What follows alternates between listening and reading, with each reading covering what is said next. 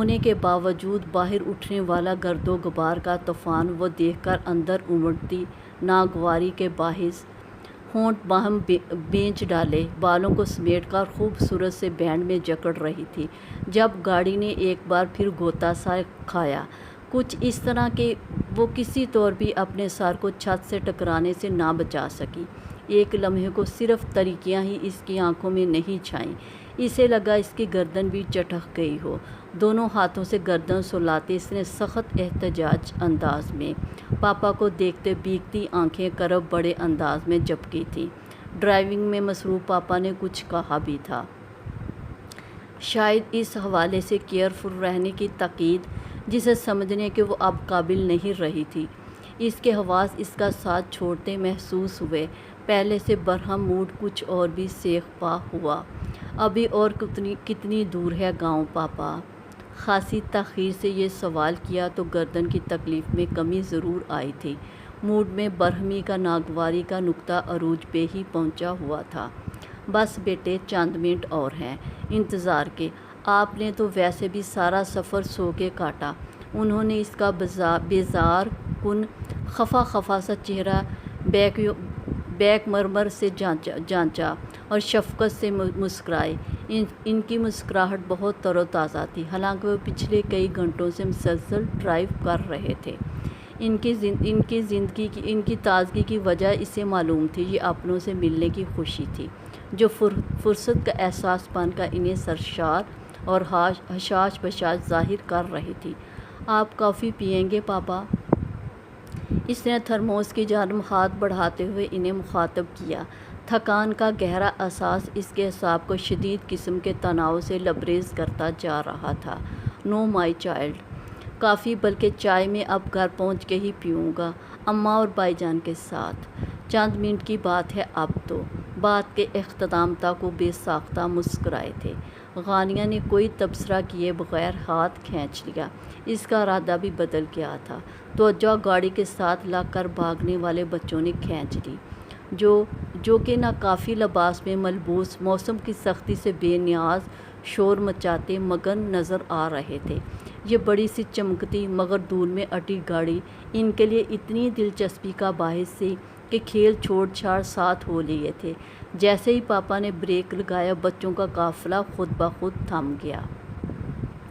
اب وہ کچھ فاصلے پر ٹھہرے اپنی معصوم آنکھیں پٹپٹا کر پچھلے دروازے سے برآمد ہونے والی لڑکی کو دیکھ رہے تھے، جس کے کٹے ہوئے بال شانوں پر لہراتے تھے۔ لباس جینز شرٹ پر مشتمل تھا۔ بھلا دیکھا گیا تھا آس پاس اس سے قبل کوئی ایسا عجوبہ؟ وہ سب ایک دوسرے کے کانوں میں سرگوشیاں کرتے اور دبی دبی ہنستے اس کی جانب اشارہ کرنے میں مصروف تھے۔ غانیہ نے ایک سرسری نگاہ ان پر ڈالی، وہ جھک کر اپنا شولڈر بیگ گاڑی کی سیٹ سے اٹھانے لگی۔ سورج اپنے سفر کے آخری مرحلے پہ آ پہنچا اور تھکا تھا۔ آگ کا یہ نارنجی گولا پردہ مغرب میں ڈوبنے کی مکمل تیاری کر چکا تھا۔ ماحول میں نارنجی رنگ اپنی تمام تر یاسیت سمیت جلوہ گر تھا۔ کچے پکے نیم پختہ مکانات، درخت اور اسی رنگ کی لپٹ میں آئے خاموش اور ملول نظر آتے تھے۔ گرد کا ہلکا غبار اور دور کہیں چلتی پن چکی کی آواز کا تاثر قائم ہوا تھا۔ پاپا نے گاڑی کا دروازہ لاک کرنے کے بعد غانیہ کو اپنے ہمراہ آنے کا اشارہ کیا۔ غانیہ کے قدم اٹھے تو کتنی ہی نظریں بھی ساتھ عزم سفر ہوئی تھی۔ یہ گلی محلے کی وہ خواتین تھیں جو گاڑی کی آواز سن کر تجسس کے ہاتھوں مجبور دروازوں سے جھانکنے لگی تھیں، مگر اس الڑ ماڈل لڑکی کو دوپٹے سے بے نیاز اتنے اعتماد سے چلتے پا کر ان کی آنکھیں بھی حیرت سے ابل پڑی تھیں، جبکہ غانیہ ان سب نظروں سے بے نیاز پاپا سے مخاطب تھی۔ آپ نے دادو کو فون کر کے اطلاع تو دے دی تھی نا پاپا؟ نہیں، فون تو نہیں کیا تھا، مگر اماں کو میرے آمد کی خبر ہوگی یقیناً۔ وہ جتنے اعتماد سے مسکرائے، غانیہ اسی قدر جولاہٹ سے بھر گئی۔ اسے یہ بات بہت چڑھاتی تھی کہ بنا اطلاع اچانک کسی کے سر پر سوار ہوا جائے۔ ہر ایٹیکیٹس کے خلاف ہونے والا کام اسے ہرگز پسند نہیں آ سکتا تھا۔ ایک کال کرنے میں کیا حرج تھا پاپا؟ نہیں کر سکتے تھے تو مجھے کہا ہوتا۔ وہ کسی طور بھی اپنی ناگواری نہیں دبا سکی۔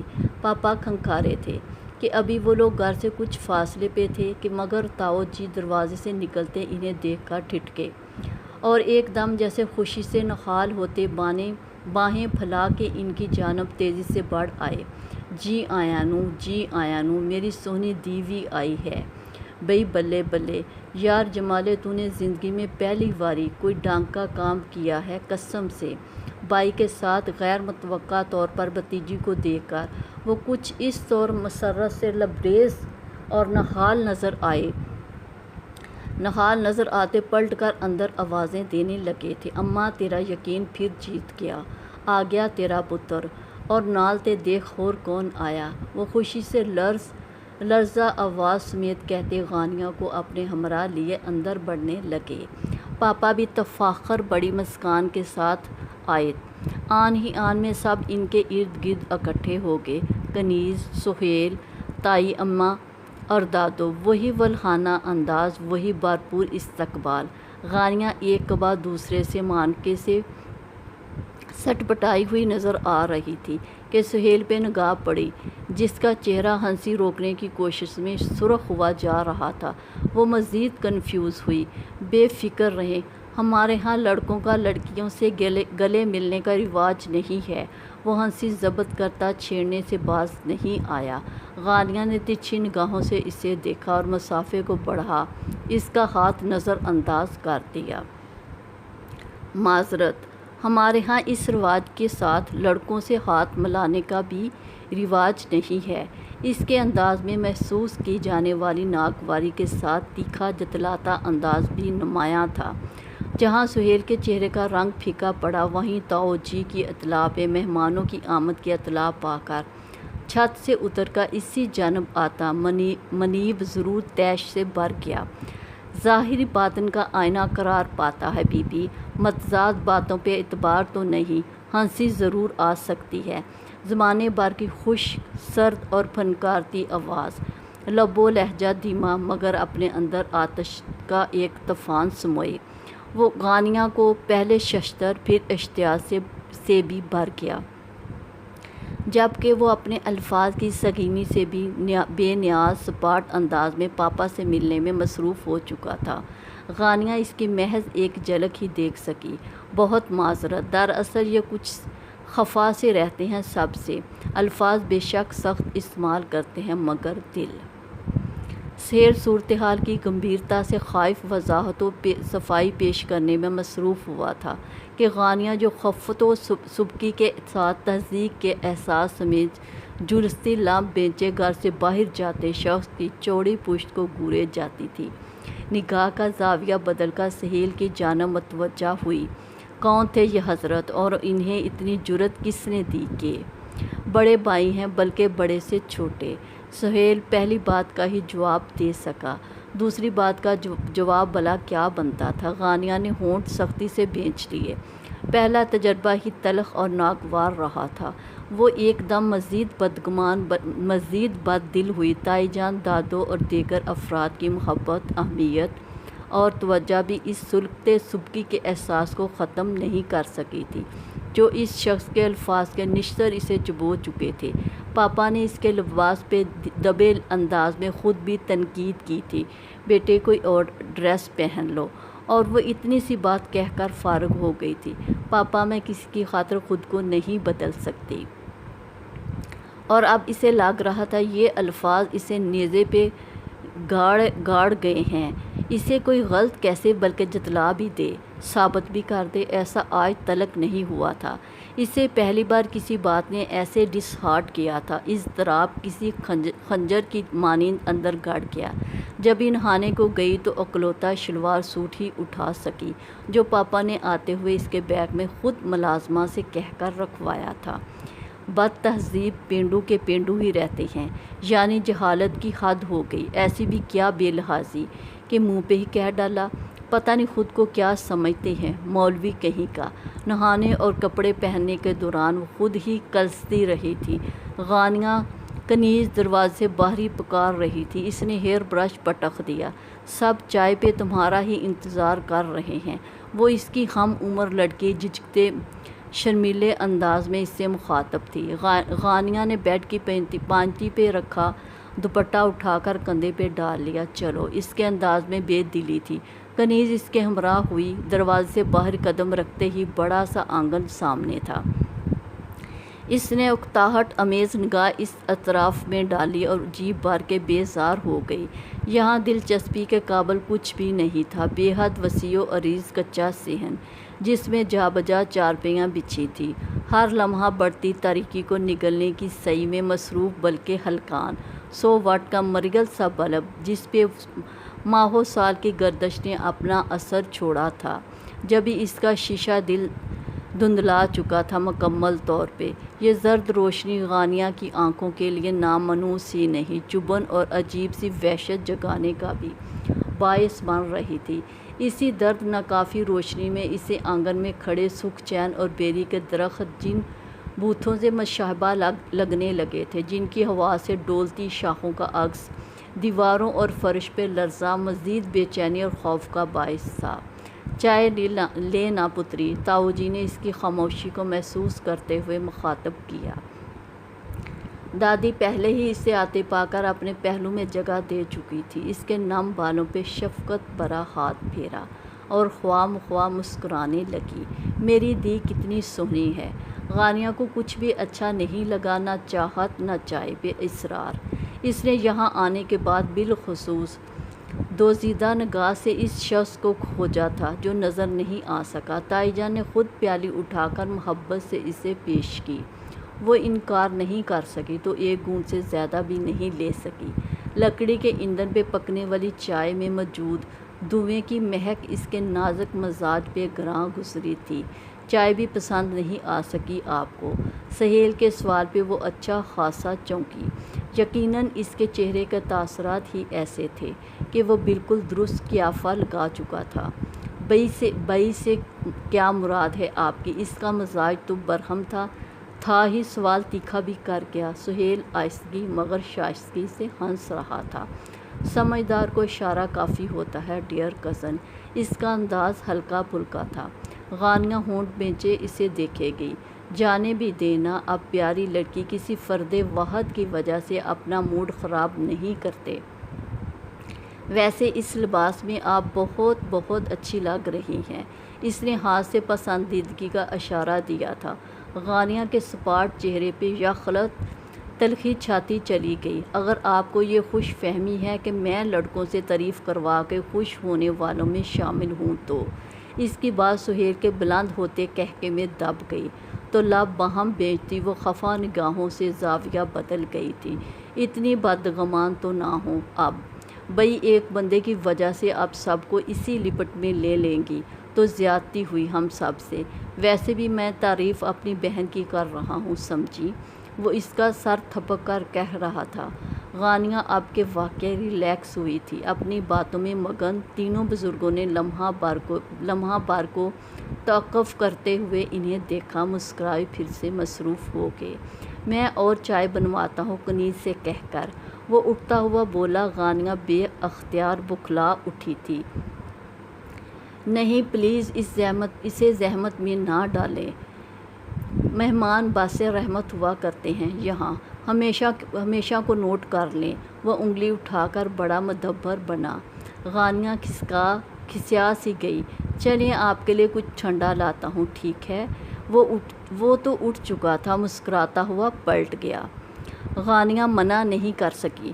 اوف، مچھر نے اس کے پیر پہ کاٹا۔ وہ بلبلا کر نیچے جھک گئی۔ اندھیرا چھاتے ہی مچھروں کی اجارہ داری قائم ہو چکی تھی۔ وہ کبھی ہاتھ مسلتی، کبھی تڑپ کر بازو سلانے لگتی۔ پاپا پتہ نہیں اپنے خاندان کی کون سی گتھیاں سلجھانے میں مصروف تھے۔ وہ بالآخر بیزار ہو کر انہیں ٹوک گئی۔ واپس کب چلنا ہے پاپا؟ وہ ان کے پاس آ کر ضدی بچی کی مانند مچلی۔ تو حاضرین نے حیرت سے اسے دیکھا۔ صبح چلیں گے نا بیٹا، اب رات ہو چکی ہے۔ پاپا کے لہجے میں جتنا رسان تھا وہ اسی قدر ششدر دم بخود انہیں دیکھنے لگی۔ واٹ مگر آپ جب آ رہے تھے تو آپ نے نہیں بتایا تھا کہ وہ روحانسی ہوتی بات ادھوری چھوڑ گئی۔ پتری ایک رات تے رکو نا ادھر ہمارے پاس۔ تاؤ جی نے پہلے کنیز کو بلا کر مچھر بھگانے والی دوا لانے کا کہا، پھر اسے دلار سے مخاطب کیا۔ وہ کچھ نہیں بولی۔ سہیل کی لائی بوتل بھی اس نے اسرار کے باوجود نہیں چھوئی، نہ کھانا کھایا۔ دادی جان سمیت سبھی میزبان متفکر اور بے چین نظر آنے لگے۔ میری دی رانی روٹی کھا لے پہلے، پھر سو جانا، میں منیبے سے کہتی ہوں آج اپنا کمرہ خالی کر دے، وہاں ٹھنڈی مشین لگی ہے، ویسی ہی جیسی شہروں میں لگی ہوتی ہے گھروں میں۔ تائی جان کے لہجے میں اطلاع باہم فراہم کرتے تفاخر سا اتر آیا۔ غانیہ کچھ نہیں بولی۔ یہ بات اس کے لیے بھی اطمینان کا باعث تھی کہ اس قدیم نظر آتے صدیوں پرانے گھر میں ایئر کنڈیشن جیسی سہولت بھی میسر آ سکتی ہے۔ سب کے اصرار پہ اس نے کھانا بھی بس زہر مار کیا تھا۔ مجھے پتہ ہے تم نے کھانا نہیں کھایا۔ کنیز نے جس پل دودھ کا بڑا سائز کا گلاس پیش کیا، اس کی نظروں کی حیرت کے جواب میں وہ مسکرا کر بولی تھی۔ غانیہ کے لبوں پہ تشکرانہ مسکان اتر آئی۔ تھینکس۔ وہ واقعہ ممنوع ہوئی، ورنہ خالی پیٹ تو شاید وہ سونے سے بھی قاصر رہتی۔ تم دودھ پی لو تو میں تمہیں ویر کے کمرے میں چھوڑ آتی ہوں۔ چاچے نے تو دادی کے ساتھ ساری رات جاگ کے گلاں باتاں کرنی ہیں۔ سالوں بعد ملنے پہ اتنا تو ان کا حق بنتا ہے۔ کنیز کی مسکراہٹ بتا رہی تھی مہمانوں کی آمد سے کتنی خوش ہے۔ غانیہ خاموشی سے دودھ کے گھونٹ بھرتی اسے کچن کے کام نپٹاتے دیکھتی رہی۔ اس وقت وہ جہاں موڑے پہ بیٹھی تھی وہ غالباً کچن تھا۔ لکڑی کے 4 ستونوں کے آسرے کھڑی چھت کے نیچے مٹی کا چولہا تھا، جس کی پچھلی کچی دیوار دھوئیں سے مکمل طور پہ سیاہ پڑ چکی تھی۔ کھانے پینے سے متعلق سبھی سامان بہت سادہ انداز میں وہیں رکھا تھا۔ چولہے میں آگ روشن تھی۔ بڑے سے پتیلے میں ابھی بھی کچھ ابل رہا تھا، شاید دودھ یا پانی۔ مامن کنیز نے ڈھیر ساری پتی اور چینی ابلتے دودھ میں جھونکی تو اسے اندازہ ہوا کنیز سب کے لیے دودھ پتی بنانے میں مصروف ہے۔ شاید گاؤں کے لوگ رات کو چائے پینے کے عادی تھے۔ تم یہاں پھر آؤ گی غانیہ؟ جلتی ہوئی لکڑی کو چولہے سے کھینچ کر اس پہ پانی کے چھینٹے ڈال کر بجاتی ہوئی کنیز ایک دم سے اسے مخاطب کر گئی تھی۔ غانیہ کی ساری توجہ بجھتی ہوئی آگ اور گیلی لکڑی سے اٹھتے دھوئیں کی جانب تھی۔ اس سوال پہ چونک گئی۔ بالکل نہیں، خدا نہ کرے کہ میں یہاں دوبارہ آؤں۔ یہاں رہنا بہت مشکل ہے۔ سہولیات کے بغیر زندگی کا تصور ہی محال لگتا ہے اب تو۔ اس نے خالی گلاس واپس کرتے ہوئے صاف گوئی سے انکار کر ڈالا تو ایک لمحے کو نگاہ کنیز کے بجھتے چہرے پہ چلی گئی جو بالکل پھیکا پڑ گیا تھا۔ اسے خفیف سی شرمندگی نے آن لیا۔ I am sorry for that. اگر تمہیں برا لگا مگر کوئی بات نہیں۔ ویسے جتنی پیاری تم خود ہو تمہارا دل بھی بہت صاف ہے۔ کنیز نے مسکرا کر گویا اس کی خفت کم کرنی چاہی تھی۔ غانیہ بے ساختہ ہنس دی۔ کیا اس کے جواب میں تمہاری تعریف کروں؟ اس کا انداز خفیف سی شرارت لیے بہت شوق قسم کا تھا۔ کنیز بے اختیار جنب کر سرخ پڑنے لگی۔ ہرگز نہیں، بس پھر سے یہاں آنے کا وعدہ کر لو، کافی ہے۔ دراصل اماں ابا کے ساتھ ساتھ دادی بھی بہت خوش ہیں۔ تمہیں یوں اپنے درمیان دیکھ کر ہم سب کی یہ شدید خواہش ہے کہ تم ہمارے ساتھ گلو ملو۔ کنیز کے لہجے میں جو انوکھا اسرار تھا، اسے سمجھے بغیر وہ اسے اس کی محبت سے تعبیر کرتی شرما سی گئی۔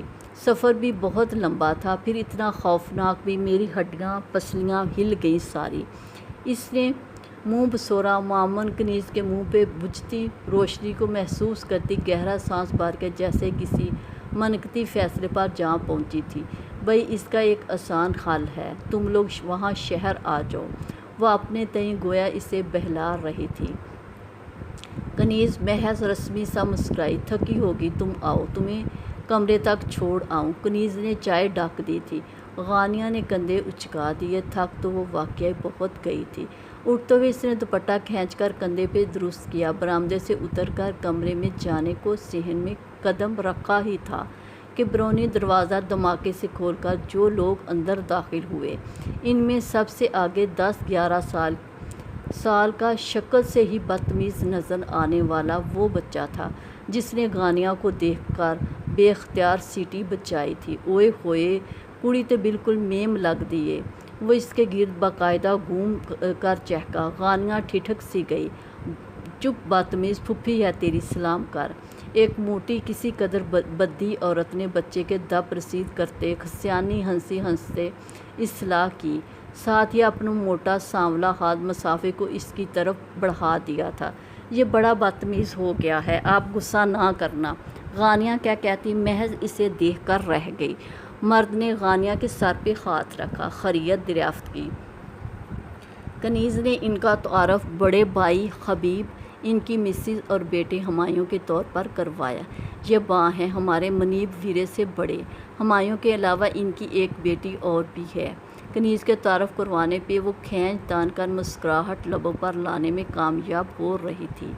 ہم چاچے سے ملنے آئے ہیں، آؤ نا تم بھی بیٹھو ہمارے ساتھ۔ کنیز کے اشارے پہ وہ جیسے ہی آگے بڑھی، برجائی نے ارادہ بانپ کر ہی بڑے خلوص سے دعوت دی تھی۔ غانیہ بے ساختہ جز بز ہوئی اور یوں کنیز کو دیکھا گویا اس کو اس مشقت میں نجات دہندہ سمجھتی ہو۔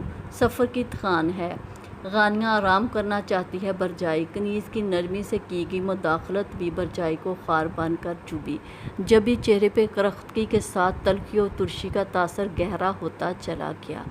تو چپ ہی رہ کنیز، تجھے اتنا تو معلوم ہوگا کہ ہم چاچے اور اس کی دیگر سن کر ہی ملن واسطے آئے ہیں، ورنہ ادھر ایسی بھی کوئی محبت نہیں امڈی پڑ رہی کہ دوڑے لگانے کی ضرورت پڑے۔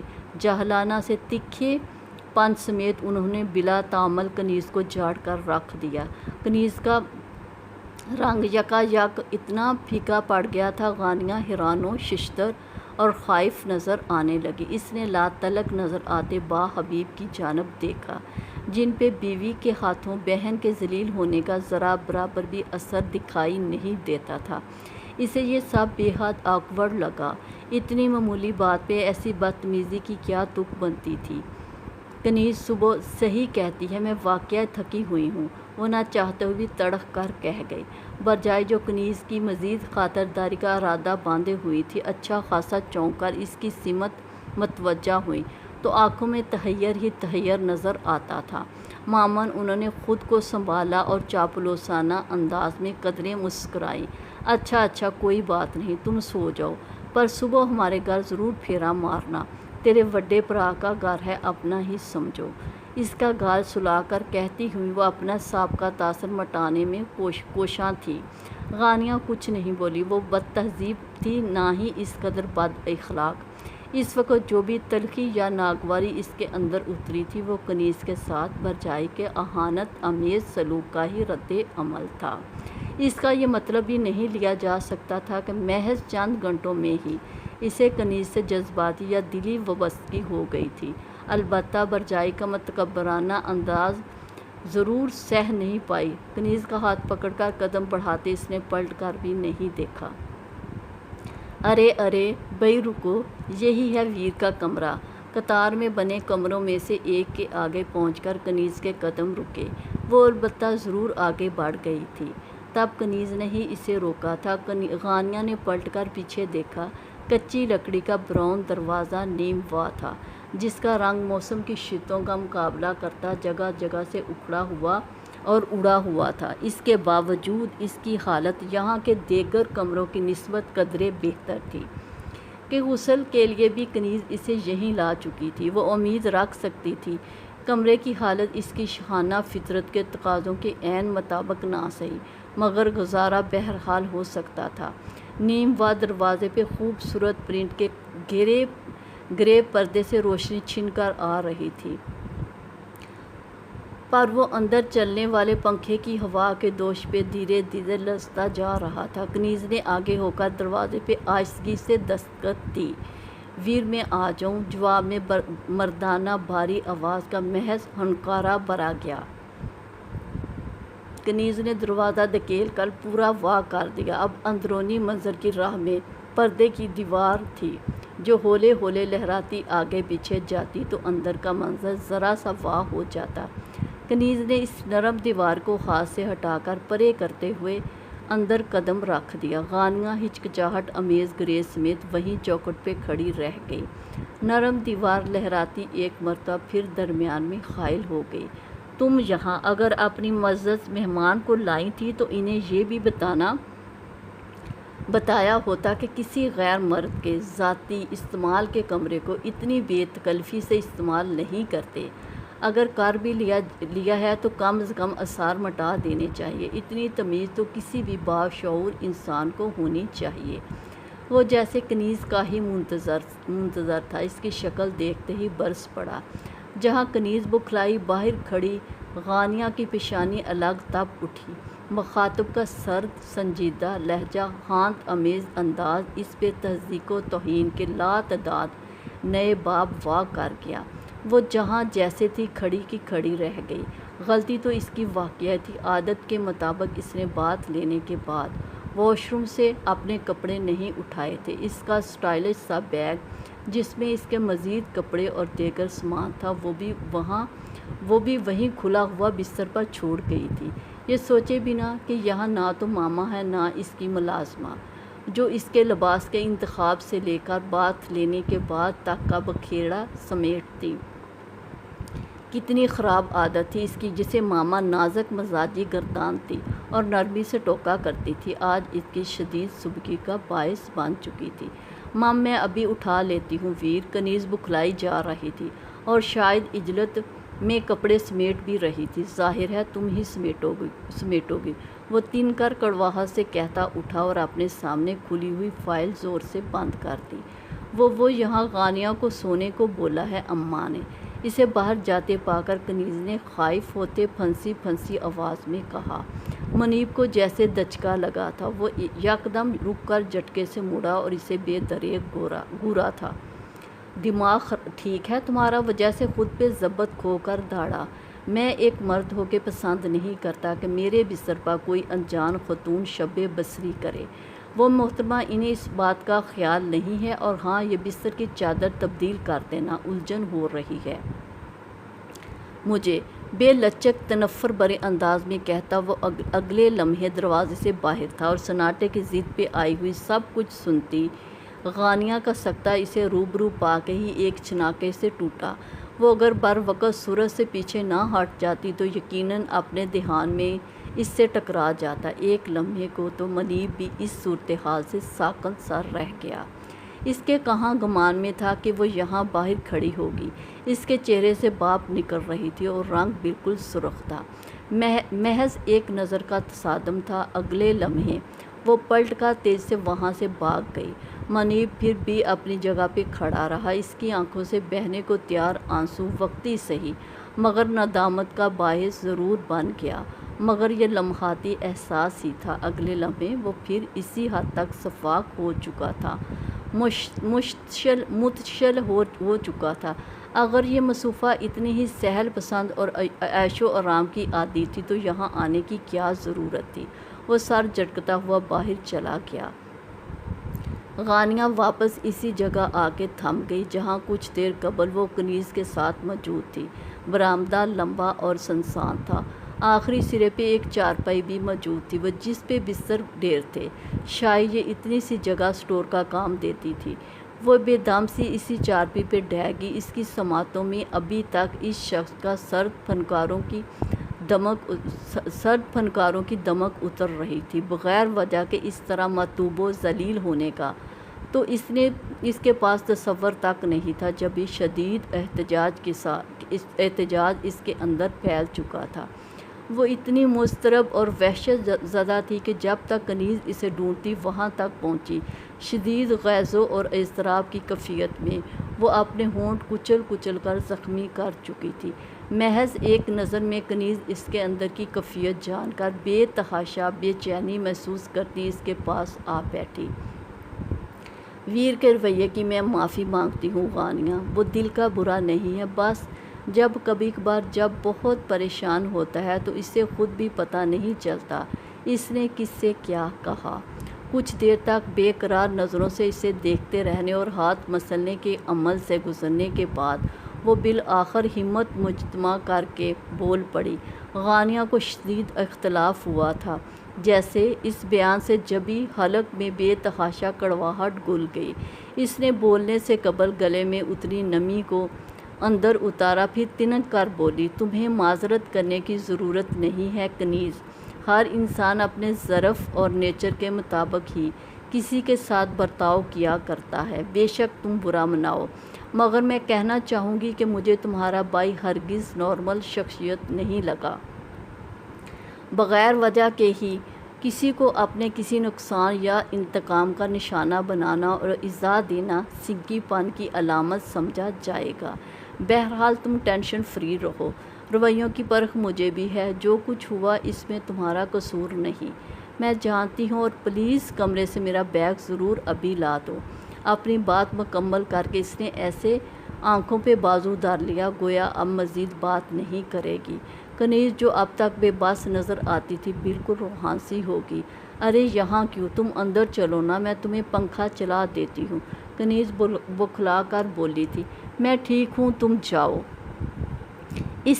اب کہ اس کا لہجہ اس کی آواز میں رکھوائی تھی، اس کا گلا ہر گزرتے لمحے کے ساتھ آنسوؤں سے بھرتا جا رہا تھا۔ کنیز مزمل سی پلٹ گئی، کچھ دیر بعد لوٹی تو بازوؤں کے حلقے میں صاف ستھرا بستر تھا۔ غانیہ اٹھو، پلیز بستر تو بچھانے دو مجھے۔ غانیہ جس کی آنکھوں کی بے تاب نمی کنپٹیوں سے بہہ کر گردن تک اتر چکی تھی، پھر سے اس کی موجودگی کو محسوس کرتی ساکن ہو کر رہ گئی۔ غیر محسوس انداز میں اس نے نمی کو آستین سے پوچھا اور قدرے تاخیر سے اٹھی۔ نیم تاریکی کے باوجود اس کی نم پلکیں کنیز محسوس کر چکی تھی۔ اس کا بس نہ چلا خود سے نظریں چراتی اس میدے جیسی اجلی چاندنی جیسی شفاف نازک لڑکی کو اپنے بازوؤں میں بھر لے۔ کتنی دلربائی تھی اس کے ہر نقش میں، کیسی سحر انگیزی اس کی سیاہ گور آنکھوں میں، خمیدہ دراز پلکیں جو اضطرابی کیفیت میں بار بار اٹھتی گرتی تھیں۔ وہ اس نیم اندھیرے میں جگمگ کرتا ہوا، اس کا جھلملاتا ہوا چاندی جیسا سراپا گویا دنیا کی ساری خوبصورتی اور حسن سمٹ کر یہیں آ گیا تھا، لیکن ایک وہ ویر منیب تھا جسے شاید اب کچھ نہیں بھاتا تھا۔ پتہ نہیں وہ لڑکیوں سے اتنا بدکنے کیوں لگا تھا، کیوں اتنی خار کھانے لگا تھا۔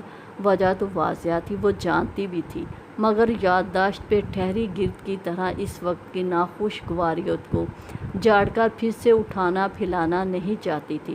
جبھی بستر بچھا کر ڈیجیٹل فین چلا کر وہاں سے بوجھل قدموں سے لوٹ گئی۔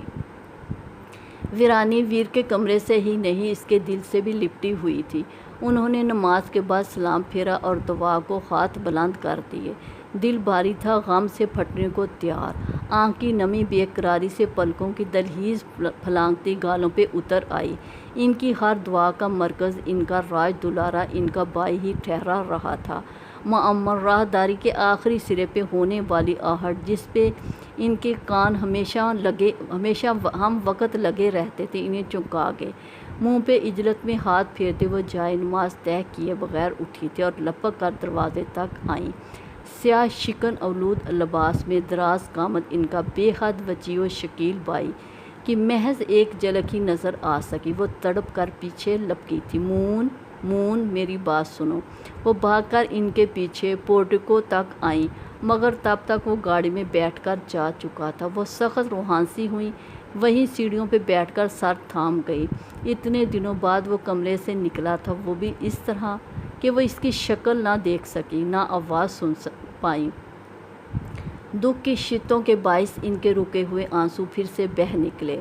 بی بی جی آپ کے لیے فون ہے۔ ملازمہ اطلاع سمیت حاضر تھی۔ انہوں نے بے دلی سے سر اٹھایا جو آنسوؤں سے تر تھا۔ کون ہے؟ تحریم بی بی ہیں۔ ملازمہ کے جواب پہ وہ یکدم اٹھ گئی، تیز سے چلتی فون سٹینڈ تک آئیں جہاں ریسیور کریڈل کے ساتھ الٹا رکھا ہوا تھا۔ السلام علیکم۔ وعلیکم السلام آپا، بھائی جان کا بتائیں، مجھے سخت پریشانی ہو رہی ہے، ان کی طرف سے۔ تحریم چھوٹتے ہی بولی تھی، انداز میں فکر مندی بھی تھی، اضطراب بھی۔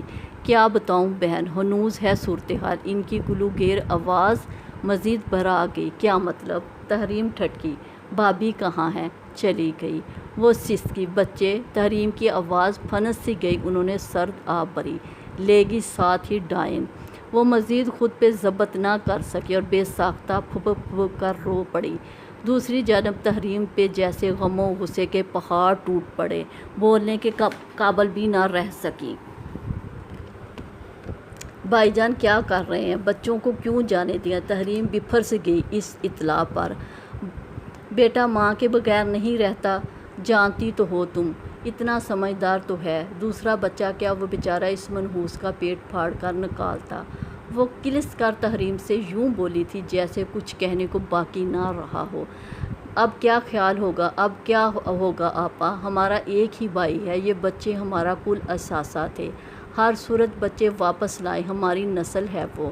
تحریم ضبط گنوا کر رو پڑی۔ ان کے آنسو تو بدستور بہہ رہے تھے۔ آج 3 دنوں کے بعد نکلا ہے مون کمرے سے، نہ کچھ کھایا نہ پیا، گھر سے چلا گیا۔ اللہ جانے کیا ارادے تھے ان کا، انداز اندر کا سہم ان کی آواز سے عیاں تھا۔ ضدی تو اتنے ہیں لالا، ہزاروں لڑکیاں تھیں جو آسمان تھے، مگر شادی اپنی مرضی سے کی، انجام دیکھ لیا۔ ایسی عورتیں گھر نہیں بسایا کرتی۔ تحریم بیک وقت غم و غصے کا شکار تھی۔ اچھا چھوڑو، اللہ سے دعا کرو بہتری کی، میں کب تک اپنا گھر بار چھوڑ کر یہاں بیٹھی رہوں گی؟ مون کوئی حتمی فیصلہ کرے تو میں بھی واپس سدھاروں۔ ان کا روز فون آتا ہے۔ انہوں نے شور کا حوالہ دے کر بات سمیٹی۔ تحریم محض سرد آب بہہ کر رہ گئی۔ اگلی صبح اس کی آنکھ گھر میں گونجتے مختلف شور اور آوازوں سے کھلی۔ ساری رات مچھروں کی یلغار اور گرمی کی شدت کے باعث وہ بہت بے چین رہی تھی۔ ایک لمحے کو بھی مجال ہے آنکھ لگی ہو۔ حالانکہ بیچاری کنیز نے تو اپنے تئیں اسے آرام فراہم کرنے کی پوری کوشش کی تھی، مگر سہولیات کی عادی تھی، یہاں بے آرام رہی تھی۔ اور تو کچھ ایسا عجیب بھی نہیں تھا۔ اس نے کسل مندی سے کروٹ بدل کر آنکھیں کھولیں تو گاؤں کے محسوس ماحول کی نکھری ستھری خوشگوار صبح اپنی تمام تر تازگی کے ساتھ مسکرا رہی تھی۔ بیری کے درخت کے چھوڑے تنے سے اس پل ایک گلہری منہ میں روٹی کا ٹکڑا دبائے بھاگتی دیوار سے غائب ہو گئی۔ کنیز بیٹے، غانیہ کو بھی جگا دیا ہوتا۔ اس نے صحن سے پاپا کی آواز سنی، مگر خفگی اتنی شدید تھی کہ گردن موڑ کر ان کی جانب نہیں دیکھا۔ اس کے خیال میں کل شام سے رات تک جتنی بھی اس کی ذلت ہوئی، اس میں سارا ہاتھ ہی پاپا کا تھا۔ انہیں ہی شوق تھا اسے اپنے رشتوں سے ملانے کا۔ نہ وہ رات رکتے، نہ وہ کم ظرف انسان اتنی معمولی بات پہ اسے 2 کوڑی کا کر کے رکھتا۔ اس نے لیٹے لیٹے یونہی نگاہ کا زاویہ بدل کر بیری کے درختوں کی شاخوں کو کھوجا، جن سے چھنتی سورج کی شفاف روشنی بہت بھلی معلوم ہو رہی تھی، پر اب رات دمکنے والے جھگروں کا کہیں نشان تک نہیں تھا۔ مڈیر پر بیٹھا کوا اپنی کری آواز سے فضا کے خاموش سینے پہ سلوٹیں ڈالنے لگا۔ اس نے اپنا بوجھل سانس کھینچا اور اٹھ کر بیٹھتے ہوئے ہاف سلیو سے جھانکتے اپنے بازوؤں کو دیکھا۔ بے حد شفاف و گداز مرمری کلائیوں پہ جگہ جگہ مچھر کے کانٹے کے سرخ نشان نمایاں تھے، جنہیں سلاتے اس کے چہرے پہ کدورت اور بے بسی پھیل گئی۔ کیچر کی گرفت سے آزاد شانوں پہ بکھرے بالوں کو خفیف سے جھٹکے سے پیچھے گراتے اس نے کس احساس کے تحت بے اختیاری کے کیفیت میں پلکیں اٹھائی تھیں، مگر دل تلخی اور تنفر سے بھر گیا۔ تنے ہوئے نقوش اور سلگتی آنکھوں میں ناگواریت کا تاثر لیے وہ اپنے کمرے کی دہلیز پہ کھڑا اس کی سمت ہی متوجہ تھا، بلکہ باقاعدہ گونگ رہا تھا۔ انداز کی حقارت اتنے فاصلے سے بھی محسوس کی جانے والی تھی۔ غانیہ سے نگاہ چار ہوتے ہی اس نے بے حد تنفس سے نگاہ کا زاویہ بدلا اور جھٹکے سے پلٹ کر وہاں سے چلا گیا۔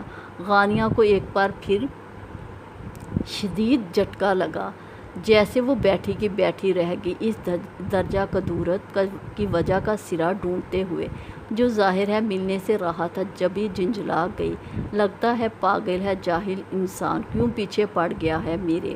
بس چلے تو شاید زبان کے نشتروں اور نظر کے تیروں سے مار ڈالے۔ کنیز اسے جاگتے پا کر اس کے پاس آ کر خفیف سا مسکرائی۔ صحن کے کونے میں موجود واش روم میں جانے سے اسے بہت الجھن، بہت خفت محسوس ہوئی تھی۔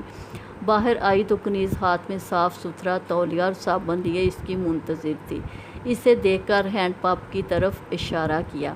وہاں آ جو منہ ہاتھ دلوا دوں۔ اس کے انداز میں جو پیزاری اور محبت تھی وہ اب غانیہ کو گزشتہ رات کا ازالہ محسوس ہی بوجھ لگنے لگی۔ رہنے دو، میں خود کر لوں گی۔ غانیہ نے صابن اس کے ہاتھ سے لیتے نلکے کی ہتھی سے کنیز کا ہاتھ ہٹانا چاہا تو کنیز نرمی سے مسکرا دی۔ تم سے نہیں چلے گا۔ کیوں نہیں چلے گا؟ غانیہ نے صاف صاف برا منایا اور زبردستی اس کا ہاتھ ہٹا کر نلکے کی ہتھی کو پکڑ کر زور زور سے اوپر نیچے کیا۔ پائپ کے منہ سے پانی کی دھار 2 جھٹکے کھا کر چھوٹے سے پختہ فرش پہ گری، جس کے اطراف پڑی اینٹ کی حد بندی کر کے اسے کھرے کی شکل دے دی گئی تھی۔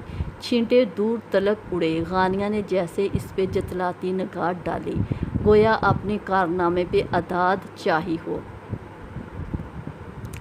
جواباً کنیز بے ساختہ ہنستی تھی، یونہی ہنستے ہوئے وضاحت دیتے بولی تھی، لیکن تم اسے چلانے اور منہ دھونے کا کام ایک ساتھ نہیں کر سکتی۔ وہ گویا اس کی ناتجربہ کاری پہ محفوظ ہو رہی تھی، جو غانیہ کو بالکل اچھا نہیں لگ سکا۔ کیوں نہیں کر سکتی آخر؟ تم جاؤ، خود ہی کروں گی میں۔ وہ خفیف سی جلاہٹ سمیت خود سری سے بولی، اس سے قبل کہ کنیز کچھ کہتی۔ تب سے یہ بیکار بحث سنتا ہوا منیب برہم و درست انداز میں مداخلت کیے بغیر نہ رہ سکا۔ تمہیں خدمت خلق کے اس شوق سے فی الحال ہاتھ ضرور کھینچ لینا چاہیے کنیز فاطمہ، وہ بھی اس صورت میں جب کہ سامنے والا نہ صرف بدمزاج بلکہ کسی کا احسان بھی قبول کرنے پہ آمادہ نہ ہو۔ سرس سنجیدہ لہجہ، ترچھا کاردار انداز، ہاں تو تصدیق تو جیسے لازم و ملزوم تھے۔ وہ غانیہ کی پشت پہ تھا۔ وہ اسے دیکھنے سے قاصر رہی تھی، مگر ایک بار پھر بغیر کسی قصور یا غلطی کے ہونے والا حملہ اسے ضرور شل کر کے رکھ گیا۔ وہ جیسے کرنٹ کھا کر پلٹی تو نگاہ اس کے سر چہرے سے جا ملی، جہاں تاثرات میں امڑنے والی حقارت کے سوا اور کوئی جذبہ نہ تھا۔ اس نے کچھ بولنا چاہا، مگر غم و غصہ، رنج کی شدید کیفیت کا ایسا شدید تاثر تھا کہ اس کی زبان جیسے گنگ محسوس ہوئی۔ کنیز البتہ بہت گھبرا گئی۔ فر تو چہرے پہ بے بسی رقم تھی، جوں جیسے جانا نہ چاہتی ہو مگر اس شخص کے سامنے انکار کی تاب بھی نہ ہو۔ اس کی نگاہ غانیہ سے ملی تو آنکھوں میں خفت کے ساتھ معذرت نمی بھی صاف محسوس کی جا سکتی تھی۔ مجھے کتنی دیر ہو رہی ہے، اندازہ ہے تمہیں؟ وہ کنیز پہ برسا تھا۔ کنیز نے ایک نظر اسے دیکھا۔ اس نگاہ میں شکوہ، رنج، خفگی کیا کچھ نہ تھا۔ مان رکھنے والے اگر مان توڑنے لگے تو انہیں کیسے روکا جا سکتا ہے؟ وہ جانتی تھی ایسا وہ کب کرتا ہے۔ وہ اس سے خفا نہیں تھی، شاید ہو ہی نہیں سکتی تھی۔ آپ کی روٹی پکا کے رکھی ہے میں نے، وہ محض منمنائی۔ صرف پکانے سے کیا ہوتا ہے، نکال کر دو گی تو کھاؤں گا نا۔ وہ پھر بلا وجہ بھڑکا۔ کنیز اب کے کچھ نہیں بولی۔ اس کی روٹی جو گھی سے تر بتر تھی، چنگیر میں رکھی کٹوری دہی سے لبریز کی، ساتھ میں اچار نکال دیا، سلور کا بڑا گلاس چاٹی سے لسی کا بھرا اور ناشتہ اس کے سامنے پیش کر دیا۔ اب وہ چائے گرم کرنے کو رکھ رہی تھی، ساتھ ابلے ہوئے انڈے چیر رہی تھی۔ تمہیں میں نے وہ کاٹ کبار کمرے سے لے جانے کو کہا تھا، وہ ابھی تک وہیں دھرا ہے۔ وہ ناشتہ کرتا بھی زہر ہی اگل رہا تھا۔ کنیز چونک سی گئی۔ کون سا کاٹ کبار؟ جواب میں منیب نے کچھ کہنے کی بجائے محض اسے گھورا۔ وہ غانیہ کا سامان۔ وہ گھگھیائی۔ منیب نے بے بسی کے ساتھ غصے کا بھی گھونٹ بھرا۔ وہ بیگ میں ڈال تو دیا تھا میں نے۔ کنیز کے جواب پہ اس نے گلاس پٹخ دیا۔ وہ بیگ ابھی تک وہیں پڑا ہے، خدمتوں سے فرصت ملے تو اور بھی کہیں جھانکو۔ وہ بدمزگی اور بد اخلاقی کی انتہا پہ تھا۔ چائے تو پی لو ویر۔ اسے اٹھتے دیکھ کر کنیز بکھلائی۔ پورے 10 منٹ برباد کرائے تم نے، اب وقت بالکل نہیں ہے میرے پاس، وہ اس ناراضگی سے کہتا باہر نکل گیا۔ غانیہ خاصی تاخیر سے خود کو سنبھال کر اس قابل ہو سکی تھی کہ کنیز کو دیا چیلنج قبول کر سکے، مگر اس کام میں وہ جتنا تنگ ہوئی پھر جان ہی نہ سکی۔ کنیز نے کچھ غلط بھی نہ کہا تھا۔ صابن لگے ہاتھوں سے نلکا چلانا کم از کم اس کے لیے ایک دشوار مرحلہ ضرور تھا۔ جب کر بھی لیتی تو پانی تک جب تک رسائی حاصل کرتی وہ اسے اپنی پہنچ میں آنے کی اجازت دیے بغیر خورے کی پختہ زمین پہ گر کر اپنی حیثیت کھو بیٹھتا اور گانیاں محض جنجلا کر رہ جاتی۔ چیلنج قبول کرنا آسان مگر اسے اچیو کرنا اسی قدر دشوار ہوا کرتا ہے مگر آپ غالباً جوش و جذبات میں حواس رخصت کر دیتی ہیں۔ جلائے ہوئے انداز میں پاؤں پٹکتے ہوئے اس نے زہر میں بجھی ملامتی آواز سنی اور اسی زاویے پہ جامد ہو کر رہ گئی۔ ماما تحیر کے عالم میں چاہتے ہوئے پلٹ کر دیکھا۔ نک سک سے درست توجہ کا یہ ثبوت ایک نئے مگر دلکش اور چھا جانے والے روم میں روبرو تھا، مگر بات کرنے کے طریقے سے دیکھنے کا انداز تک وہی بے رحم اور جارح تھا۔ غانیہ نے اندر امڑتا طیش دبا لیا۔ وہ لب بستہ کھڑی رہی۔ اپنی ضد یا بھرم کو قائم رکھنے والی اس کوشش نے اسے اچھے خاصے بے ڈنگے انداز میں بھگو ڈالا تھا۔ جبھی اس بدمزاج وسیلے آدمی کو پھر سے اس پہ طنز کرنے کا موقع ہاتھ لگا وہ جا چکا تھا۔ غانیہ اسی پوزیشن میں کھڑی تھی۔ وہ یہ نہیں سوچ رہی تھی وہ شخص ایسے کیوں کر رہا ہے، وہ یہ سوچ رہی تھی صرف اسی کے ساتھ کر رہا تھا۔ رات تاریک اور سرد تھی، اتنی سرد کہ آتش دان میں دہکتی آگ اور وجود پہ لیٹا دبیز کمبل بھی اس سرد پن کو ختم کرنے سے قاصر تھا۔ اس نے کروٹ پھر بدلی اور منہ تکیے میں دے لیا۔ نیند آنکھوں سے کوسوں دور تھی، بس کچھ آہٹیں تھیں، کچھ آوازیں تھیں، کچھ سرگوشیاں بھی، پیار بری سرگوشیاں۔ وہ اتنی بے قراری محسوس کر رہی تھی کہ اٹھ کر بستر چھوڑ دیا۔ اس کا شب خوابی کا لبادہ سرسرایا اور ریشمی پنڈلیوں تک ڈھلک گیا۔ لمبی گنیری سنہری بال نازک پشت پہ آبشاروں کے مانند گرے تھے۔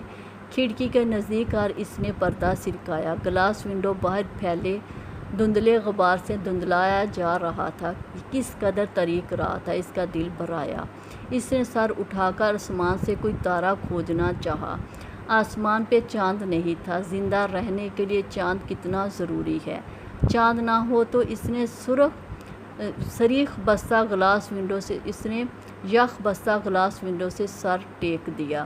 ایک آنسو ٹپکا اور دور تلک پھیل گیا۔ اگر کوئی چاند کو خود ہاتھوں سے نوچ کر پھینک دے تو میں نے خود تمہیں نوچ کر پھینکا، میں نے خود۔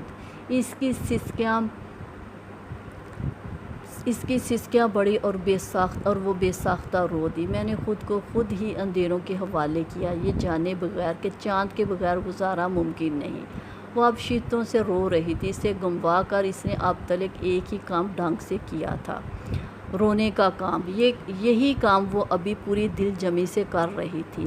این عشق کمائی وچ نشر ہوئی، ردی گئی میں دین ایمان وچوں، شام وکھداں شام قضا ہوئی۔ وہ انہی اشعار کی زندہ تفسیر تھی۔ وہ واقع عتاب زدہ تھی۔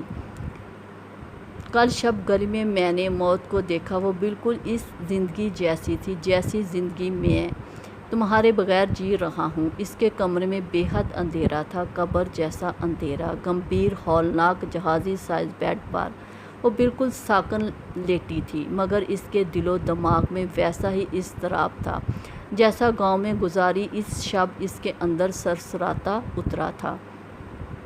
حالانکہ یہ اس کے تمام تر جدید سہولیات سے مزین لگژری بیڈ روم تھا، جس میں اے سی کی کولنگ سے لے کر فضا میں پھیلا ایئر فریشنر تک سب کچھ اس کی پسند اور ذوق کے عین مطابق تھا، مگر سکون پھر بھی وہیں رہ گیا تھا، وہی اسی پسماندہ گاؤں کے بے حد پسماندہ سے گھر میں۔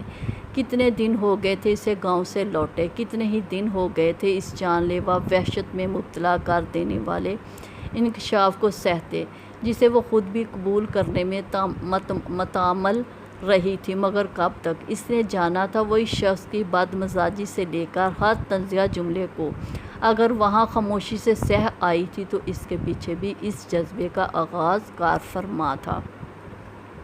اسے اعتبار نہ آتا تھا۔ وہ اس شخص سے محبت کر بیٹھی ہے جو اس سے اللہ واسطے کا کوئی بیر باندھ چکا ہے، جس کی بد مزاجی سے غرور تکبر تک کا ہر احساس اسی کے لیے وقف تھا۔ یہ کیوں ایسا جال تھا جس میں وہ اس کھوج میں پھنس گئی تھی جس سے نکل ہی نہیں پا رہی تھی۔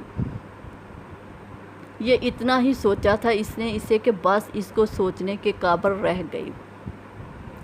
یہ بھی نہیں تھا کہ اس شخص میں محبت کے قابل کچھ نہیں تھا، وہ تو تھا ہی ایسا کہ اسے دیکھا جائے اور محبت ہو جائے۔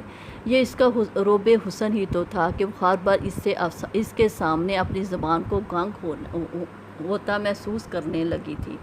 عجیب یہ ہوتا کہ اسے دیکھا جائے اور پھر بھی محبت نہ ہو، یہی ممکن نہ تھا۔ حالانکہ اس شخص کے کسی رویے میں بھی ایسی گنجائش نہ نکلتی تھی کہ کسی ایسے احمقانہ جذبات کی آبیاری کا امکان پیدا ہوتا، لیکن یہ بھی سچ ہے کہ محبت ہی وہ سرکش و بے لگام جذبہ ہے جو اختیار سے ہمیشہ باہر رہا ہے اور ہمیشہ وہی نمو پاتا ہے جہاں سے بدلے کی گنجائش نہ نکلتی ہو۔ وہ اس تلخی کی حد تک صفاق حقیقت کو پا گئی تو ہار گئی۔ یہ سوچ اسے رلانے کو کافی تھی کہ آیا وہ اس شخص کے کس انداز پہ خود کو لوٹا آئی۔ ایک اور بھی تکلیف دہ پہلو تھا کہ اس سفر پر خار کا انجام کیا ہونا تھا۔ اذیت انگیز بات یہ تھی کہ وہ بہرحال اس شخص کے آگے پسپا ہو گئی تھی جس کے دل میں محبت تو دور کی بات وہ اسے عزت کی نگاہ سے بھی نہیں دیکھتا۔ بلا شبہ محبت عزت سے مشکل راستوں کو ہم سفر کرتی آئی ہے، مگر اس کے نصیب میں شاید کچھ اضافی کٹھنائیاں تھیں۔ صرف اس شخص کے مزاج کے رنگ ہی انوکھے نہیں تھے، اس کی قسمت کہ اس کے اپنے گھر میں بھی اس کے خلاف ایک محاذ کھل جانا تھا۔ لیکن ان گزرنے والے دنوں نے اسے اس کی شدت نے یہ ضرور جتلا دیا تھا کہ اسے ہر صورت یہ کٹھنائی طے کرنی ہے، ہر رکاوٹ کو عبور کرنا ہے، ہر مشکل کو سہ جانا ہے۔ کچھ بھی ہو جاتا مگر منیب چودھری سے دستبرداری کو دل آمادہ نہ ہو سکتا تھا۔ شام دھیرے دھیرے ڈھلنے لگی، افق کے پار سورج ڈوب رہا تھا۔ آتشی گلابی رنگ کی ایک واضح لکیر گاڑی کے ساتھ ساتھ بہت دور تک دوڑتی رہی۔ صحرا جیسے وسیع آسمان پر قدرت نے چراغ جلا دیا تھا جو افق کے پار دور تک آسمان کو جلا دینا چاہتا تھا۔ مغرب کا وقت تھا، اس نے اپنی جلتی ہوئی آنکھیں رگڑ ڈالی۔ واچ مین اسے دیکھ کر مؤدب ہو کر جھکا اور لپک کر گیٹ کھولنے لگا۔ گاڑی بجری کی سرخ روشنی پہ پھیلتی سفید ستونوں کی چھت والے وسیع پورٹیکو میں جا رکی۔ وہ جیسے ہی دروازہ کھول کر باہر آیا، اس کے انتظار میں سوکھتی وہ تیزی سے اس کے راستے میں آ گیا۔ میرا بیٹا، انہوں نے شفقت و محبت سمیت کہتے اس کے مضبوط چوڑے شانوں کو چھوا۔ وہ تھکا ہوا سا لگتا تھا۔ ہاتھ میں موجود خوبصورت کور سے سجی فائل دوسرے ہاتھ میں منتقل کرتے سرخ و سفید چہرے سے نادیدہ پسینہ پوچھنے لگا۔ قدموں کی رفتار ہنوز تھی، نہ بہت تیز نہ سست۔ آنکھوں پہ سن گلاسز جو بہت جچتے تھے اسے۔ اس پہ اس کی باوقار شاہانہ چال، وہ کسی ریاست کا شہزادہ لگتا تھا۔ دراز قامت، غضب کا مردانہ روپ، ٹھٹکا دینے والی پرسنالٹی۔ آنکھوں کا حسن تو جان لیوا تھا۔ ان کا دل دکھ کے انوکھے احساس سے لبریز ہونے لگا۔ کوئی اس حسین چہرے سے بھی نفرت کر سکتا ہے؟ انہوں نے دکھ میں مبتلا ہوتے اچنبھے میں خود اپنے آپ سے سوال کیا تھا۔ کچھ کھاؤ گے؟ وہ اس کے ہمراہ چلتی اس کے کمرے تک آ گئی تھی۔ وہ فائل رکھ کر دراز لاکڈ کر رہا تھا، یوں ہی جھکے سر کو نفی میں ہلا ڈالا۔ انہوں نے ہونٹ بھینچ لیے تو کیا جوگ لو گئے اس ہرافہ کی خاطر؟ وہ بالآخر پھٹ پڑی، بلکہ پھوٹ پھوٹ کر رو دی۔ وہ جیسے کھڑا تھا اسی زاویے پہ کھڑا رہ گیا۔ محمد پلٹا اور انہیں شانوں سے تھام لیا، مگر وہ بھی تو ننھی سی بچی کی مانند اس کے چوڑے شانے سے لگ کر بے حال ہونے لگی۔ نہیں دیکھی جاتی یہ حالت مجھ سے؟ تمہاری مون اولاد سے بڑھ کر تمہیں چاہا، کیوں خود کو برباد کرتے ہو بتاؤ؟ وہ رو رو کر ہلکان ہوئی جاتی تھی۔ اس نے ان کا چہرہ بہت نرمیوں رسان سمیت ہاتھوں کے پیالے میں لے لیا۔ اپنے بھائی کو اتنا کمزور سمجھتی ہیں آپا؟ وہ بہت کرب سے مسکرایا۔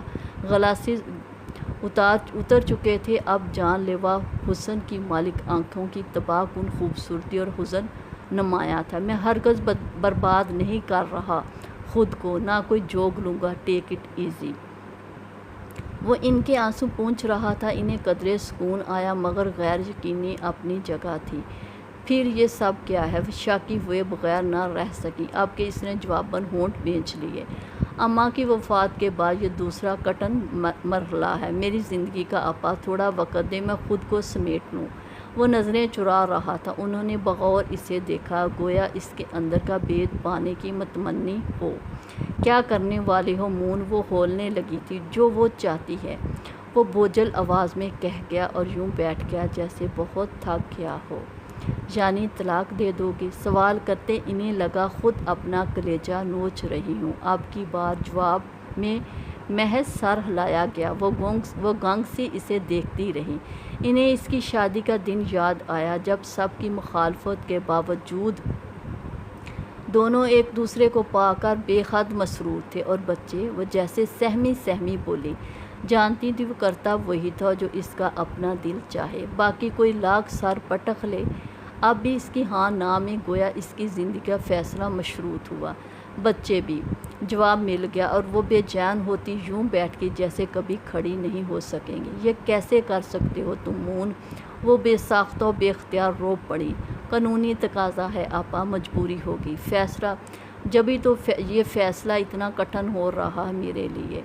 اس کی آواز مزید بوجھل ہوگی۔ کمرے میں جیسے موت کا سناٹا چھا گیا۔ اس کے بعد بہت دیر بیت گئی۔ دونوں سے کوئی نہیں بول سکا۔ وہ خاتون تھی، رو سکتی تھی۔ وہ مرد تھا، کیسے رو لیتا؟ وہ نہیں رو سکتا تھا۔ شب درد میں آئی، نہ کوئی کمی رات بھر۔ درد پھر درد رہا، الٹا بھی لکھا سیدھا بھی لکھا۔ اس کی کیفیت بے حد بے دھیانی کی تھی۔ اسی غفلت بھرے انداز میں وہ کانٹے سے سلائس کا بمبوڑ رہی تھی۔ اسی غفلت میں ماما کی نظروں کا عمیق جائزہ بھی ڈوبتا جا رہا تھا جو عام حالات میں اسے خائف کرنے کو کافی ہوا کرتا تھا۔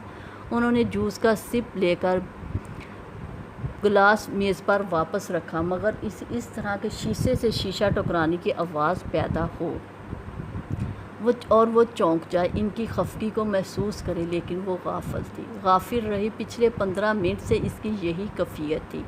وہ اسی طرح ناشتے کی میز پر موجود تھی، اس کے سامنے دنیا کی بہترین نعمتیں سجی ہوئی تھیں، مگر وہ ان سب سے غافل تھی۔ ان سمیت وہ کیسے برداشت کرتی؟ اس سے قبل بھی جب انہوں نے اسے چائے بنانے کا کہا تو چائے ٹی پوٹ سے کپ میں انڈیلتے وہ بے خیال تھی، اتنی ڈالی کہ چائے کپ کے کناروں سے چھلک گئی۔ وہ تب ہڑبڑا گئی۔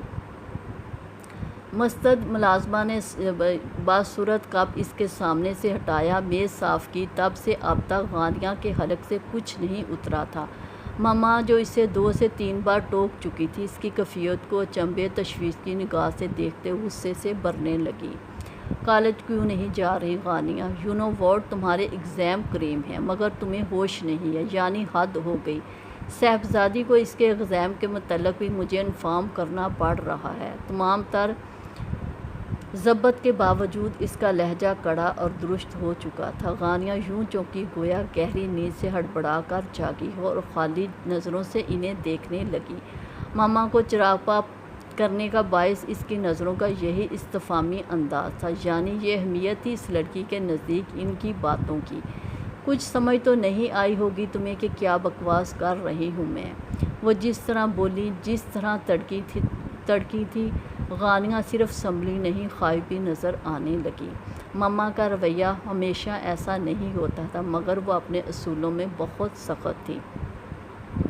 آج پھر اتنا لیٹ جاگی تم کہ کالج ٹائم اوور ہو چکا تھا۔ آخر چاہتی کیا ہو تم؟ جس وقت ماما اتنے کڑے انداز میں جھاڑ جھپاڑ کر رہی تھی، پاپا اسی پل تیار ہو کر ڈائننگ ہال میں آئے تھے۔ کچھ تو فضا اور اسد سے عقل سیکھی ہوتی۔ ماشاءاللہ دونوں ہائر ایجوکیٹڈ ہیں، امریکہ جیسے ملک میں دونوں ہی اعلیٰ پوسٹ پر ہیں۔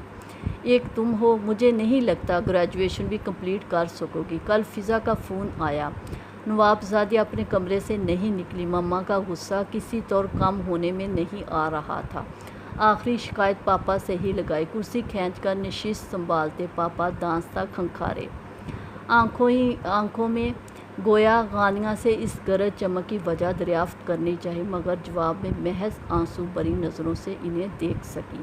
ہو کیا گیا بیگم صاحبہ؟ ارلی مارننگ ہماری گولڈن فری کی اتنی سخت کلاس کیوں لگا دی آپ نے؟ انہوں نے اپنے لیے مگ میں چائے نکالتے مداخلت ضرور کی، مگر اسی کے حق میں تو مما کا جلال مزید بڑھا۔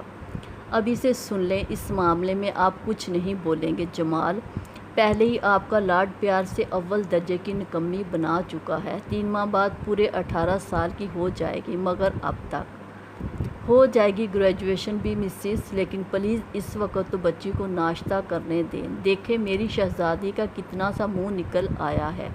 پاپا نے نرمی سے ٹوکتے سائڈ پھر بھی اسی کی لی تو مما انہیں دیکھ کر رہ گئیں۔ یہ اتنا سا منہ میری وجہ سے نہیں، اس دن سے نکلا ہوا ہے جس روز سے گاؤں سے لوٹی ہے۔ کچھ کھاتی پیتی ہی نہیں، جانے کون سا اسیب چمٹ گیا ہے۔ ماما کا اصل غصہ ظاہر ہو ہی گیا۔ غانیہ پہلے بے ساختہ چونکی، پھر اپنی جگہ سہم سی گئی۔ اگلے لمحے خود کو سنبھالتی تیزی سے اٹھی تھی۔ ماما کے الفاظ اسے بھگ سے اڑا کر رکھ گئے تھے۔ کس قدر درست قیافہ تھا ان کا، اس کا خائف ہونا بنتا تھا۔ البتہ پاپا نے خاص دھیان نہیں دیا کہ جانتے تھے بیشتر عورتوں کی طرح وہ بھی سسرالی عزیزوں سے خار کھاتی تھی۔ کم آن بیٹے، ناشتہ تو مجھے بھوک نہیں ہے پاپا، وہ برائی آواز میں کہتی کرسی دھکیل کر اٹھ گئی۔ غانیہ بیٹھو یہاں اور ناشتہ۔ مما کی سختی سے شروع کی گئی تنبیہ بھی ادھوری رہ گئی۔ وہ تیز قدموں سے ڈائننگ ہال کا دروازہ پار کر گئی تھی۔ غیر یقین و حیرت کے باعث مما کا منہ کھلا رہ گیا۔ پاپا نے بمشکل مسکراہٹ دبائی، مگر مما دیکھ چکی تھی، جب بھی سیخ پا ہو چکی تھی۔ دیکھ رہے ہیں اپنی بیجا حمایت کا نتیجہ؟ وہ گھرائیں، گویا پنجے جھاڑ کر ان کے پیچھے پڑی۔ آپ غصہ کیوں دیتی ہیں؟ آپ غصہ کیوں دیتی ہیں؟ پاپا نے لاچاری سے انہیں دیکھا۔ اس کے رنگ ڈنگ بھی تو دیکھیں۔ خدا کی پناہ، مجھے تو ڈر لگنے لگا ہے اس سے، اور یہ سب تب سے ہو رہا ہے جب سے یہ گاؤں آخر آپ کے حواسوں پہ کیوں کر سوار ہو گیا ہے؟ نازنین وہ عاجز ہو کر رہ گئے۔ جواباً مما نے انہیں کھا جانے والی نظروں سے گھورا۔ وجہ جانتے ہیں آپ کو کیوں سوار ہو گیا ہے؟ آپ اسے لے کر ہی کیوں گئے آخر؟ مجھے تو آپ کے ارادے بھی مشکوک لگ رہے ہیں۔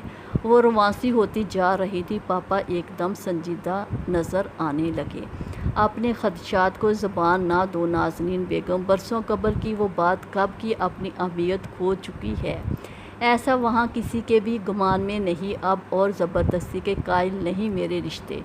وہ کسی حد تک جارحانہ موڈ میں واضح کر رہے تھے۔ مما نے یوں سر جھٹکا جیسے ان کی بات کو سرے سے اہمیت ہی نہ دی ہو۔ سب جانتی ہوں، جیسے وہ صابر شاکر ہیں، وہ تو ہر طرح جال پھیلائیں گے کہ کس طرح یہ کام ہو جائے۔ مگر پھر سن لیں جمال، اگر کبھی آپ نے ایسا کیا تو میرا مرا ہوا منہ دیکھیں گے۔ میں ہرگز ان گنواروں سے کوئی تعلق استوار نہیں کر سکتی، وہ پھنکار کر کہہ رہی تھی۔ پاپا نے چائے کا مگ واپس رکھ دیا، نازک فریم کے گلاسز اتار کر سائڈ پہ رکھے اور انہیں دیکھ کر مسکرائے۔ تعلق تو استوار ہو چکا نازنین بیگم۔ ان کا انداز اطلاعیہ تھا یا تنزیہ آمیز؟ مما سمجھنے سے قاصر رہیں، البتہ دھک سے ضرور رہ گئی، بلکہ ہاتھ میں پکڑا کانٹا بھی چھوٹ گیا۔ واٹ؟ ان کا رنگ فاق ہوا۔ کیا کہا آپ نے؟ ان کے چہرے پر زلزلے کے آثار نمایاں تھے۔ پاپا دلچسپی سے تبسم خیز نظروں سے انہیں دیکھتے رہے۔ وہی جو تم نے سمجھا، پاپا نے معنی خیزیت سے کہتے انہیں مزید ہلایا، اور وہ جیسے بے ہوش ہونے کے قریب جا پہنچی۔ کیا سمجھا میں نے؟ ان کی آواز سرسرائی کانپنے لگی۔ مامن وہ ایک دم بپھر کر اٹھی اور طیش بھرے انداز میں ان کا گریبان پکڑ کر جھنجھوڑ ڈالا۔ کہیں آپ نے اس برسوں پرانے عہد کے مطابق میری بیٹی کی زندگی برباد تو نہیں کر دی؟ اپنے پہلے سے بہتہ بیٹے دہاجو سے، اولاد والے سے میری بیٹی کا نکاح تو نہیں کر رہے؟ بولیں جمان، بولیں۔ سچ بولیے گا ورنہ مر جاؤں گی میں۔ وہ ہراساں تھی، گویا بے ہوش ہونے کے قریب۔ پاپا گھبرا گئے، سٹپٹا گئے۔ مذاق ان کے گلے پڑ چکا تھا۔ انہوں نے جان کنی کے عالم میں جاتی بیوی کو بامشکل سنبھالا، قسمیں کھانے لگے۔ مذاق کر رہا تھا میں۔ ناظرین کیا ہو گیا ہے یار، وہ ان کے ہاتھ سلاتے یقین سونپ رہے تھے۔ ایسا بڑا فیصلہ کیسے کر سکتا ہوں میں، پاگل ہو تم؟ وہ ان کی شک بھری نظروں اور بے اوسان سانسوں کی بدولت ہر لمحہ مضطرب وضاحتوں پہ وضاحتیں پیش کرتے تھے۔ میرا مطلب تو اپنے اور تمہارے تعلق کے حوالے سے تھا احمق۔ وہ پھر توسیع دے رہے تھے اور دروازے پہ ساکن کھڑی غانیہ کو لگتا ہے وہ پتھر کی ہو گئی ہے۔ وہ تو آفس سے آنے والا پاپا کا فون سن کر انہیں اطلاع دینے آ رہی تھی کہ ایسے ایسے انکشافات ہوتے چلے گئے۔ بات اگر گاؤں اور اس کے مکینوں کی نہ ہوتی تو بلا سب کچھ بلا کر وہ چپکے سے سب سننے کی متمنی ہوتی۔ برسوں قبل اس کا سنجوگ کس سے ہوا تھا؟ اس کا دل دھک دھک کرتا تھا۔ تاؤ جی کے بیٹوں میں سے تو شادی شدہ صرف با حبیب تھے، کیا وہ ان سے منسوب تھی؟ وہ چاہتی بھی تو یقین نہ کر پاتی۔ پاپا ایسا کر سکتے تھے؟ نہیں، ہرگز نہیں۔ با حبیب تو اس سے بہت بڑے تھے، کم از کم بھی تو 15-20 سال۔ پھر وہ پلٹ گئی، غیر یقین سی غیر یقین تھی۔ کیا اس شخص کی نفرت کا سرا اسی کڑی سے ملتا ہے؟ وہ سوچ سوچ کر پاگل ہوئی جاتی تھی، مگر جواب نہیں ملتا تھا۔ وہ جواب کس سے لیتی سمجھ نہیں آئی تھی۔ بے بسی سے بے بسی تھی، اذیت سی اذیت۔ وہ جلے پیر کی بلی کی مانند پورے کمرے میں چکراتی پھرتی تھی۔ جب مما اس کے کمرے میں آ گئیں، آہٹ پہ اس نے پلٹ کر انہیں دیکھا۔ اس کی نظریں پہلی مرتبہ انہیں دیکھتے عجیب سی تھیں۔ تم مجھے سچ بتاؤ غانیہ، تمہیں ہوا کیا ہے؟ کچھ نہیں چھپاؤ بیٹے مجھ سے۔ وہ اسے مخاطب کر چکی تھی، انداز میں فکر مندی بھی تھی، محبت بھی، اضطراب بھی تھا، عجیب سی وحشت بھی تھی۔ وہ انہیں دیکھتی رہی یہاں تک کہ آنکھوں میں پھیلتی نمی کے باعث نگاہوں میں ان کا چہرہ دھندلا گیا۔ اس نے ان کے ہاتھ اپنے کندھوں سے ہٹا دیے۔ ایک بات آپ بھی مجھے بتا دیں پہلے ماما، پرومس، میں آپ سے کچھ نہیں چھپاؤں گی۔ وہ بولی تو اس کی آواز بھرائی ہوئی تھی۔ ماما چونکی، ضرور، مگر سوالیہ نگاہوں سے اسے دیکھا تھا۔ ہاں بولو بیٹے، بچپن میں پاپا نے مجھے تاؤ جی کے بیٹے سے منسوب کیا تھا۔ کس بیٹے سے منسوب کیا تھا؟ بیٹے نے بول دیا تھا اور ماما کو سکتہ کر ڈالا۔ ان کا برسوں کا خوف ان کے سامنے تھا۔ وہ ایک دھچکے سے نکل آئی تھی، مزید دھچکا ان کی برداشت چھین لے گیا۔ تمہیں یہ کہاں سے معلوم ہوا؟ وہ حواس میں آئیں تو چیخ پڑی۔ اس بات کو چھوڑے ماما۔ غانیہ کا سرد مہر انداز انہیں لگا زمین ان کے قدموں تلے سرکنے لگی ہے۔ وہ اسے گھورے گئیں منیب سے، اور سن لو، میں کبھی تمہاری اس سے شادی نہیں ہونے دوں گی، سنا تم نے؟ اس کے باوجود بھی کہ اس کے ظاہری حسن کی وجہ سے تم اس پر مر مٹی ہو، تب بھی انہوں نے پاگلوں کی مانند اسے دھکا دیتے ہوئے چلاتے ہوئے کہا تھا۔ غانیہ گرتے گرتے بچی منیب سے۔ اسے لگا خوش بختی نے اسے چھو لیا ہے۔ ہاں منیب سے ہی، مگر یہ رشتہ اسی وقت اپنی اہمیت کھو گیا تھا جب اس نے اپنے گھر والوں کی مرضی کے بغیر پسند کی شادی کی اور پھر اسے طلاق دے دی۔ میں اپنی بیٹی کی شادی اس سے نہیں کروں گی، امپاسبل۔ وہ اور بھی بہت کچھ کہہ رہی تھی جانی انداز میں غانیہ کو، مگر کچھ نہیں سن رہا تھا۔ اب منیب شادی شدہ تھا۔ اسے لگا اس کی خوشی چھن گئی ہے اور وہ اس دنیا کی سب سے بدبخت لڑکی بن گئی تھی۔ آن کی آن میں ہی اس کی اولاد بھی تھی اور وہ زمین پہ بیٹھتی چلی گئی۔ سب کچھ غلط ملت ہوتا چلا گیا، سب کچھ الٹ پلٹ ہوتا جا رہا تھا۔ ہنسی راج کیسے ہوتی ہے؟ اسے انہی چند لمحوں میں معلوم ہو گیا تھا۔ روگ کیسے لگتے ہیں؟ اس نے چند ساتوں میں جان لیا۔ ساتوں میں شور تھا، بہت شور، بساطوں میں تریکیاں اتر رہی تھی۔ اس کا ہر تلک جو اس سے کٹنے لگا تھا ختم شد۔